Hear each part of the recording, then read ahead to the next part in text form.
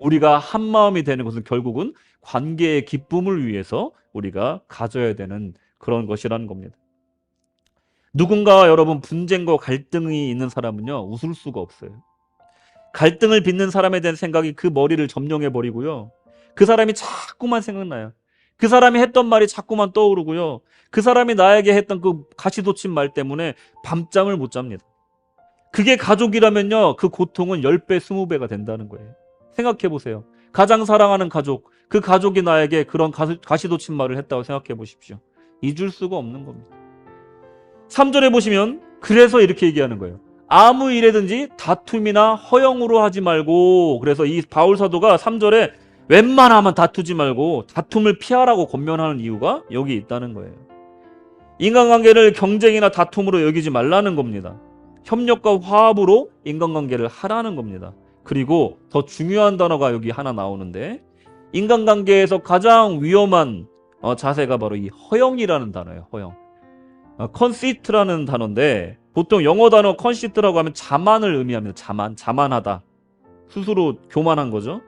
그런데 다른 뜻을 한번 찾아봤더니, 이런 격식을 갖춘 단어의 뜻은 뭐냐면, 어떤 기발하지만 또 특별하지만 효과가 없는 기법이나 아이디어를 말할 때 이 컨시트라는 단어를 쓴대요. 예를 들어서 어떤 사람이 의견을 냈어요. 그러면 저 사람 참 세련됐고 기발한 의견을 갖고 있네 라는 말을 들을 수 있지만 그 의견이 별로 실현 가능성이 없는 거예요. 현실 파악이 잘 안 된 그냥 멋진 의견에 불과한 겁니다. 그런 것을 컨시트라고 얘기를 한대요.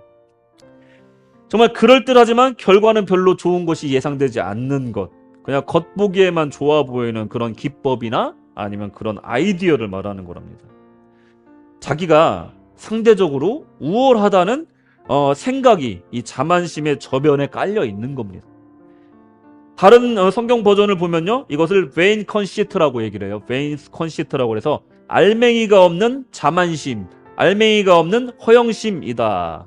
여러분 생각해 보십시오. 내 주변에 어떤 사람이 허영심을 가지고 자만심을 가지고 나를 대한다고 생각해 보세요. 어떨 것 같으세요? 좀 피곤하지 않겠나요? 예?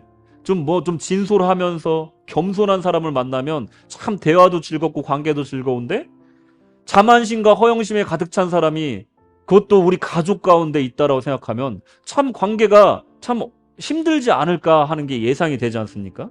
안 좋은 영향을 끼칠 건 분명하다는 겁니다. 그러면 어떻게 해야 되냐? 3절에 이어지는 구조를 보시면 이렇게 나와요. 아무 일에든지 다툼이나 허영으로 하지 말고 오직 겸손한 마음으로 각각 자기보다 남을 낮게 여기고. 겸손이 답이라는 거예요. 겸손. 여러분 다 예상했던 답이겠지만 이거 실질적으로 해내기 너무 힘듭니다. 그 다음에 무슨 말 나옵니까? 남을 낮게 여기라고요? 아니요, 낮게 여기라는 거예요. 낮게 여기는 사람 많지만 낮게 여기는 사람 별로 없죠. 이걸 하라는 겁니다. 그래야 관계가 건강해지고 너무나 기쁜 관계가 된다라는 거예요. 보통 사회생활에서, 신앙생활에서 이 겸손한 사람은 높은 평가를 받아요. 그리고 겸양지덕을 가진 사람은 아주 덕이 많은 사람으로 칭송받을 수 있습니다. 근데 참 재밌는 사실은 뭐냐면 가족 간에는 이게 작동을 안 한다는 거예요. 가족 간에는요, 겸손하질 않아. 겸양지덕이라는 건 없어요.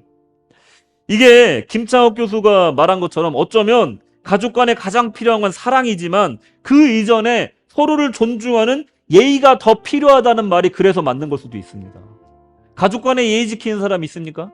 그냥 편하니까 편하게 말하고 편하게 대하죠. 어쩌면 사회 나가서는 내가 사람들한테 절대 할 수 없는 말을 내 가족에게 너무나 편하게 직설적으로 할 때가 많다라는 거예요. 그래서 맨날 싸우는 겁니다.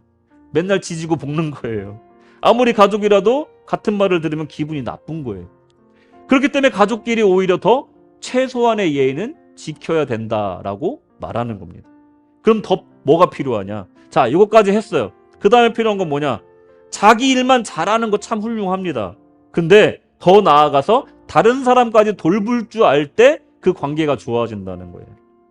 형제 간에, 부모 자식 간에 이 돌봄이 있어야 된다는 거예요. 무관심하면 안 된다는 겁니다. 여러분 착각하면 안 되는 게 뭐냐면 돌봄이라는 게요, 있는 사람이 없는 사람을 주는 게 아니에요. 여러분들이, 우리 부교님들이 가끔씩 저 먹으라고 반찬 해주실 때 있잖아요.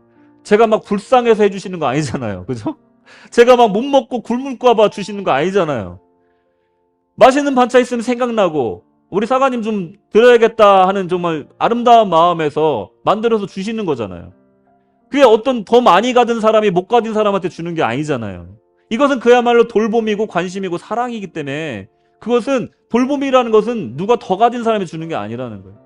잘 사는 형제가 꼭 못 사는 형제에게 다 보태줘야 되는 게 아니듯이 못 사는 형제도 잘 사는 형제한테 반찬해줄 수 있는 거고 관심 가져줄 수 있고 기도해줄 수 있는 거예요. 부모도 마찬가지예요. 자식이 아무리 못 사는 자식이라도 이 자식이 부모 섬길 수 있는 거잖아요. 이것은 결국은요 물질의 문제가 아니라 마음의 문제라는 거예요. 이 돌봄이 없는 관계가 어떻게 풍족한 관계고 아름다운 관계고 기쁜 관계겠습니까? 그러니까 관계가 풍성해지려면요 콩 한 쪽이라도 내가 생각이 나야 된다는 거예요. 내가 뭔가를 갖고 있는데 내가 갖고 있는 게 많아서 주는 게 아니라 내가 갖고 있는 게 아유 이거 우리 엄마가 좋아하는 건데 아이고 이거 우리 형이 좋아하는 건데 생각이 나면 그게 바로 돌봄이라는 거예요. 이 돌봄이 있는 관계가 결국은 따뜻한 관계고 기쁨의 관계로 되어진다는 겁니다. 사절을 보시면요 각각 자기 일을 돌볼 뿐더러 또한 각각 다른 사람들의 일을 돌보아 나의 기쁨을 충만하게 하라. 어떻다고요? 서로 돌보면 어떻다고요? 기쁘다는 거예요. 바라보는 이 부모가 기쁘다는 거예요. 그러니까 일이든 뭐든 관계든 다 함께 할 때 재밌더라는 겁니다. 거기에 기쁨이 있더라는 거예요. 결국 바울이 빌립보 교회에게 바랬던 것은 마음을 같이 하는 것이고 같은 사랑을 가지고 뜻을 합하고 한 마음을 품는 것이고 또 다투지 말고 자만하지 말고 서로 겸손하게 자기보다 남을 낮게 여기고 그렇게 대하라는 거였어요. 그리고 나만 생각하지 말고 다른 사람도 돌봐주어라. 그러면 내가 너무나 기쁘겠다. 부모로서 목회자로서 바라볼 때 너무나 행복하겠다. 니네가 기뻐하는 모습 보면 내가 너무나 기쁘겠다 말하고 있는 거예요. 그러니 최고의 효도는 바로 우리가 이렇게 서로 우애해주고 사랑해주는 모습이 결국은 가장 큰 기쁨을 드리는 효도이다.